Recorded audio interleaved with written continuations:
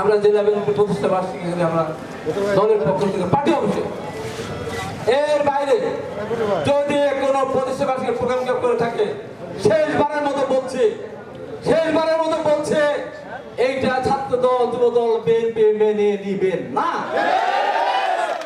তাল শুরু হয়েছে না, এটা তাল সারা জেলাব্যাপী এই ধরনের একজন ব্যক্তির কারণে সারা জেলাব্যাপী আজকে এই ধরনের অনুষ্ঠান বিভিন্ন জায়গায় হচ্ছে, যে যার মতো ফ্রিস্টাইল শুরু করেছে, এটা হতে পারে না। আমরা এই জন্য নেতা কর্মীরা জীবন দেয়নি, কিন্তু সেই অনুরোধ কোনো কাজে লাগেনি।